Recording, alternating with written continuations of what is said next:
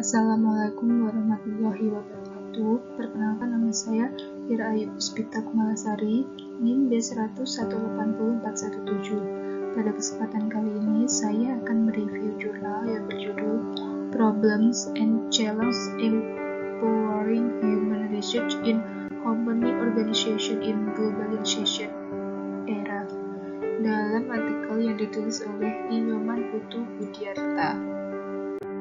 Introduction. Era globalisasi yang dimulai pada abad ke-21 pada hakikatnya merupakan tantangan bagi manajemen sumber daya manusia, karena abad 21 merupakan era persaingan sumber daya manusia antar bangsa. Oleh karena itu, tugas manajemen sumber daya manusia adalah meningkatkan kualitas SDM secara menyeluruh. Kualitas pengelolaan SDM ini meliputi kualitas moral atau spiritual, kualitas intelektual, dan kualitas fisik sehingga mampu menghadapi tantangan masa depan. Manusia sebagai sumber daya manusia memainkan peran penting dalam perusahaan karena mereka bertanggung jawab untuk memberikan dukungan kepada perusahaan melalui dedikasi, bakat, kreativitas, dorongan, dan peran nyata yang dapat diamati di setiap perusahaan. Selanjutnya ada permasalahan sumber daya manusia di perusahaan. 1. Masalah persaingan global. Persaingan global memberikan tekanan pada semua perusahaan dalam suatu industri untuk berusaha menjadi lebih aktif. Yang sadar untuk itu, di era ekonomi global setiap perusahaan telah ditempatkan pada posisi yang sama. Karena era globalisasi sebagai era yang tidak terikat, disertai dengan persaingan yang ketat, berat, dan cepat, membutuhkan perhitungan yang akurat dalam segala aspek. Yang kedua, masalah pertumbuhan penduduk dan pengangguran. Pertumbuhan penduduk jauh melebihi pertumbuhan ketersediaan lapangan kerja. Dampak dari tingginya pertumbuhan penduduk dan pengangguran adalah rendahnya apresiasi pengusaha terhadap pekerja dengan memberikan imbalan yang tidak memadai atau upah dan perlakuan yang tidak adil dan layak. Yang ketiga, ada masalah keragaman kerja lapangan.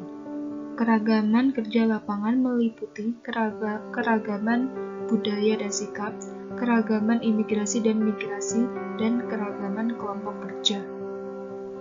Yang keempat, ada masalah organisasi. Karena tujuan sumber daya manusia hanya merupakan satu tujuan yang ditetapkan di antara banyak tujuan yang ada di dalam manajemen puncak, manajer SDM dan profesional harus menghadapi masalah sambil menjaga keseimbangan perhatian terhadap kebutuhan lainnya. Permasalahan SDM di perusahaan. Yang kelima, ada masalah profesionalisme. Profesionalisme adalah masalah lain untuk manajemen SDM. Keterampilan manajemen SDM juga penting bagi banyak organisasi dan komunitas yang tidak perlu diabaikan.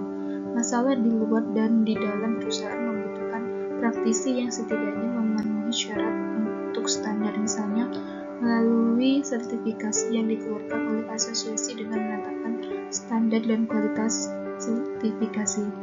Yang keenam, ada masalah pemerintah. Melalui pemberdayaan legislatif, pemerintah memiliki dampak langsung dan langsung terhadap pengelola dan fungsi SDM.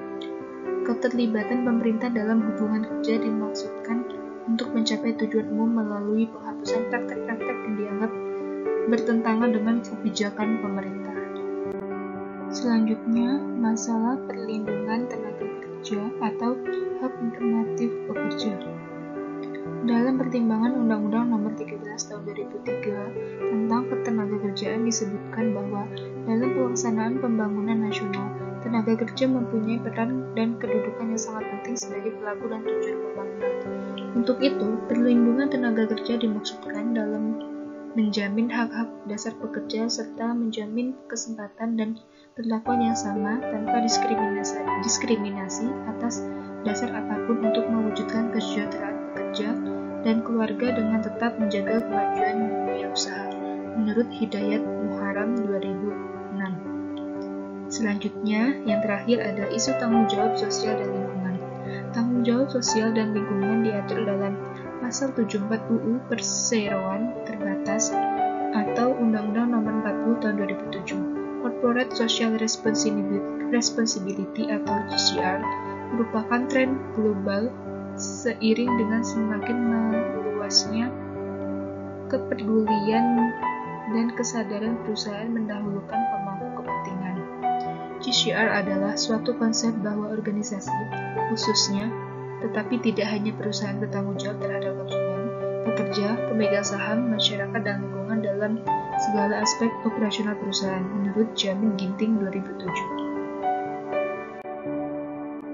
Selanjutnya ada tantangan manajemen sumber daya manusia di perusahaan. Yang pertama, tantangan eksternal. Tantangan eksternal dapat dikelompokkan menjadi 5, yaitu sektor teknologi, sektor ekonomi, sektor sosial budaya, sektor politik, dan yang terakhir ada sektor internasional. Kelima sektor ini dalam praktiknya seringkali saling terkait dan saling memengaruhi. Yang kedua ada tantangan internal. Tantangan internal adalah tantangan yang timbul dari adanya sumber daya manusia yang mengejar trade-off, antara lain keuangan, penjualan, pelayanan, produksi, dan lain-lain. Selain itu, dihadapkan pada serikat pekerja, sistem informasi yang semakin terbuka, dan budaya organisasi perusahaan, menurut Ibit dalam bukunya halaman 27-28. Conclusion. Permasalahan bagi perusahaan di era global sebagai era tanpa batas menghadapi persaingan yang semakin ketat, tetapi juga dapat bertahan dalam perekonomian global.